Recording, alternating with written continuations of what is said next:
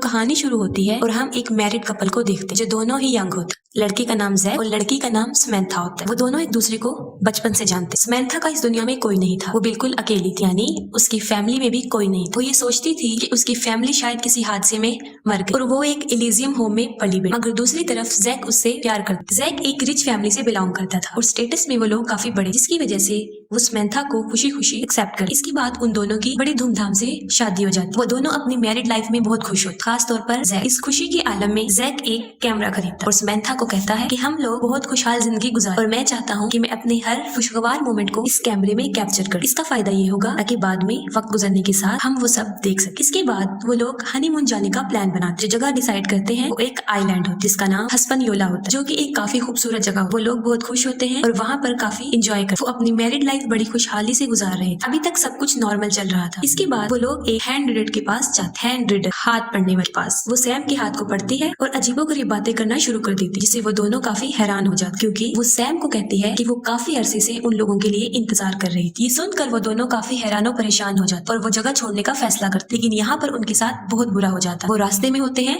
और अपना रास्ता भूल जाते और अपने होटल का रास्ता उनको याद नहीं रहता। वो लोग उस रास्ते पर चल रहे होते हैं कि अचानक एक टैक्सी वाला आकर रुकता और कहता है कि मैं आप लोगों की मदद कर सकता हूँ। वो आदमी काफी फ्रैंकली नेचर होता है। वो लोग उस आदमी का बिहेवियर देखकर काफी इम्प्रेस हो जाते। गाड़ी में ड्राइवर उन दोनों को कहता है कि मुझे लगता है कि आप लोग हनीमून पर आए, तो मैं चाहता हूँ कि मैं आपको यहाँ पर एक खूबसूरत जगह दिखाऊं और वहाँ जाकर आप यकीनन एंजॉय करेंगे। वो उनको बताता है कि आपको वहाँ पर ज्यादा देर स्टे नहीं करना पड़े, सिर्फ 20 मिनट, जिसके बदले में वो उनसे कोई चार्जेस भी नहीं लेगा। उसकी बातें सुनकर सैम इनकार कर देती, क्योंकि सैम थक चुकी होती है और आराम करना चाहती। लेकिन जैक उसको बताता है कि तुम बाद में आराम कर, हम ज्यादा अरसा वहाँ स्टे नहीं करेंगे, जैसा कि उस ड्राइवर ने कहा, सिर्फ 20 मिनट। इसके बाद हम देखते हैं वो गाड़ी वाला उनको एक खुफिया जगह पर ले जाता है। उस ड्राइवर के इरादे ठीक नहीं लग रहे होते। ऐसा लगता है कि वो उन लोगों को अगवा कर कर ले आए। कुछ दूर चलने के बाद वो लोग एक बेसमेंट में जाते, जो कि एक क्लब होता है। वो जगह उन दोनों को काफी पसंद आती। सारी रात के लिए वो वहाँ पर स्टे करते हैं और सारी रात वो खूब ड्रिंक करते। वो शराब के नशे में हो जाते हैं और इसके बाद उनको होश नहीं। इसके बाद देखा जाता है कि कुछ लोग उनको वहाँ से उठाकर ले जा रहे होते और इसके बाद देखा जाता है कि वही लोग जो उनको लेकर जा रहे होते हैं काफी अजीबोगरीब काम करते हैं। जैसे कि वो सैम को एक जगह पर रखते हैं, उसके इर्द गिर्द एक दायरा लगा देते और अजीबोगरीब रिचुअल कर और अपनी तरफ से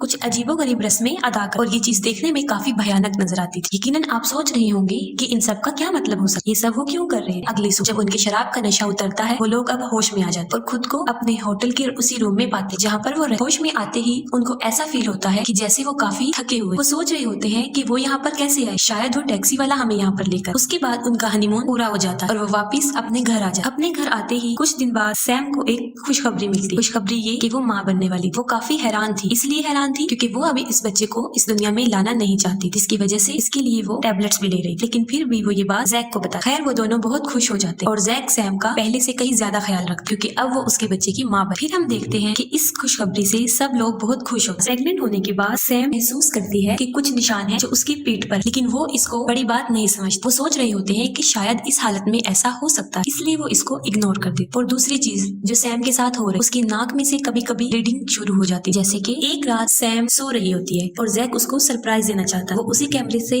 वीडियो में उसको कैप्चर कर रहा होता है कि सैम फौरन जाग उठ और वो फौरन हड़बड़ाकर उठ जाती और जैक का हाथ काफी मजबूती से पकड़। सैम की ये हालत देखकर जैक काफी हैरान हो जाता है और काफी डर जाता है। वो सोच रहा होता है कि ये सब वो नींद की हालत में कर रहे। वो उसको काफी उठाने की कोशिश करता है। ये सब इंसिडेंट्स उसके साथ हो रहे होते हैं, लेकिन इससे भी ज्यादा भयानक जो उसके साथ हुआ, वो लोग शॉपिंग के लिए जाते। शॉपिंग मॉल में सैम खड़ी हो। इसके बाद वो देखती है कि मीट पड़ा हुआ, अच्छा मीट। वो उसके पास जाती है और गौर से उसको देखती है। उसको देखते देखते थोड़ी ही देर बाद वो उसको वहीं पर उठा लेती है और सबके सामने उस गोश्त को खाना शुरू कर देती। वो इतने बुरे तरीके से वो गोश्त खा रही थी, देखने में ऐसा लगता था कि काफी दिन से उसने कुछ खाया। उसे ऐसा करता इर्द गिर्द सब लोग देख रहे। वो लोग उसे अजीबोगरीब निगाहों से देखते हैं, क्योंकि ये काफी बुरी बात और उनके लिए डिस्टर्बेंस, क्योंकि कोई भी नॉर्मल इंसान कच्चे गोश्त को नहीं खाता और उसको खाने का मतलब कुछ और ही हो सकता। कुछ दिन बाद हम देखते हैं एक अजीबोगरीब वाकया जब जैक उसके साथ होता है। वो लोग गाड़ी में जा रहे होते हैं और पार्किंग एरिया में सैम को गुस्सा आ जाता है और वहाँ पर खड़ी सब गाड़ियों के शीशे तोड़ देती है। शायद सैम ये सोच रही थी कि वो गाड़ी उसके लिए ठीक नहीं है, उसको नुकसान पहुंचा सकती है। जैक सैम की हालत देखकर काफी अपसेट हो जाता है और वो उसको डॉक्टर के पास लेकर जाता है। उसके ख्याल में ये इसलिए हो रहा होता है कि वो प्रेग्नेंट है और टेस्ट करने के बाद वो जैक को बताता है कि इट्स अ नॉर्मल थिंग, ऐसा होता रहता है, उसको इसकी फिक्र करने की जरूरत नहीं। वक्त गुजरता गया और सैम की हालत और खराब होती गई। ऐसे लगता था कि जैसे उसके पास एल्विस पावर्स थी, क्योंकि उसकी तरह और प्रेग्नेंट औरतें जब उसके पास होती थी तो उनके पूरी बॉडी में पेन होना शुरू हो जाती थी। सैम और जैक चर्च में जाते हैं और सैम वहाँ के फादर से मिलती है। वो उसको जैसे ही हाथ लगाता है उस फादर की तबीयत खराब होना शुरू हो जाती है और थोड़ी ही देर बाद उस फादर की नाक और मुंह से खून आना शुरू हो जाता है और उसके सर में भी मुसलसल दर्द रहता है। इसके बाद उस पास्टर को फौरन हॉस्पिटल लेकर जाया जाता है। सब लोग हैरानो परेशान होते हैं, उनकी समझ में नहीं आ रहा होता कि आखिर ये क्या हो गया। जैक भी काफी हैरानो परेशान होता है। इसके बाद जैक एक बात सोचता है, उसके जहन में फौरन एक बात आ रही होती है कि जब उस फादर के मुंह से खून आता है उसको बुरी तरीके से घूर रही होती है, जो काफी अजीब था। इसके बाद जैक सैम को मशकूक निगाहों से देखता है। वो फौरन अपने कमरे में जाता है, लैपटॉप खोल के अपने वो फुटेज देखता है जो उसने कैप्चर किए होते हैं। उसमें से वो फुटेज खोलता है जो उसने चर्च में कैप्चर किया होता है। ये फुटेज देख रहा होता है कि उसके सामने एक ऐसी बात आ जाती है तो वो बहुत हैरान हो जाता है। वो क्या थी? वो ये थी कि जो टैक्सी वाला उनको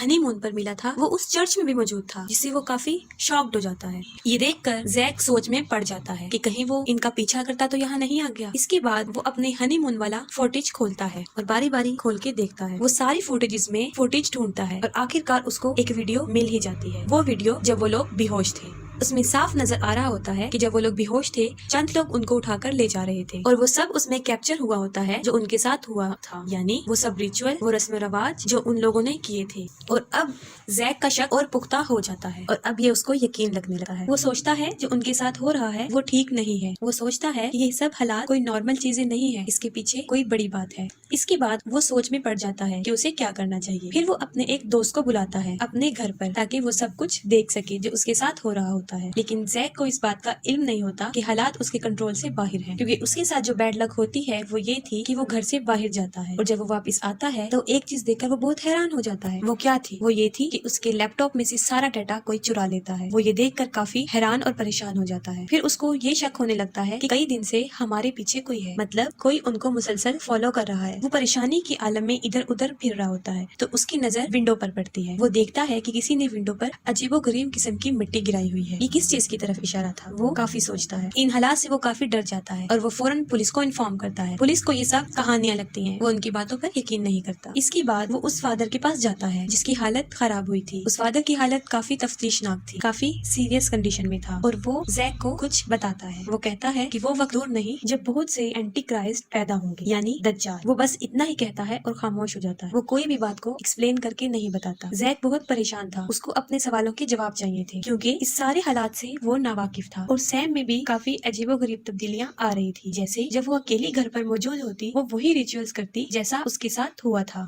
और ये सब कुछ इस बात की तरफ इशारा कर रहे थे कि अब वो अपने होश खो बैठी है। उनके घर बर्थडे पार्टी होती है और बहुत सारे गिफ्ट्स मिलते हैं। उन गिफ्ट्स में किसी ने एक बहुत खूबसूरत नाइफ सैम को गिफ्ट में दिया होता है। वो नाइफ को लेती है और दूर दराज जंगलों में निकल जाती है और वहाँ पर मौजूद जानवरों का शिकार करती है, जो काफी खतरनाक बात थी। वो उनका गोश्त काटती है और उसको खा जाती है। एक बात तो तय थी जिसको जैक भी सोचता था कि उनके घर पे कोई नजर रखे हुए है। इन हालात को देखते हुए वो अपने सारे घर में कैमरेस लगवा देते हैं ताकि उन्हें मालूम हो सके कि ये सब कुछ कौन कर रहा है। ये सब देखते देखते जैक को एक गाड़ी पर शक हो जाता है। वो गाड़ी अक्सर उनके घर के सामने खड़ी रहती थी। इसके बाद जैक अपनी बहन को बुलाता है और कहता है कि मैं जरा उस गाड़ी का पीछा कर रहा हूँ कि उसमें कौन है, तुम तब तक सैम का ख्याल रखना। उसके बाद वो उस गाड़ी का पीछा करते हुए निकल जाता है और कुछ दूर निकलने के बाद उसको एक ओल्ड हाउस जो तकरीबन काफी अरसे से बंद था नजर आता है। वो उसके अंदर चला जाता है। उस घर में दाखिल होते उसे नजर आता है कि किसी ने वहाँ पर वही कैमरे लगाए हुए हैं जो उनके घर में है, यानी किसी को पता है कि अंदर उन लोगों ने कैमरे लगवाए हुए हैं। अब उसको कंफर्म हो गया कि वाकई ही वो लोग उन पर नजर रखे हुए हैं। वो बहुत डर जाता है और भाग जाता है और भागने के बाद वो सीधा अपने घर आ जाता है। घर आने के बाद वो सोचता है कि अब मुझे पुलिस को इन्फॉर्म करना चाहिए। अभी वो ये सोच रहा होता है, सैम की जोर जोर से चिल्लाने की आवाजें उसको आना शुरू हो जाती हैं।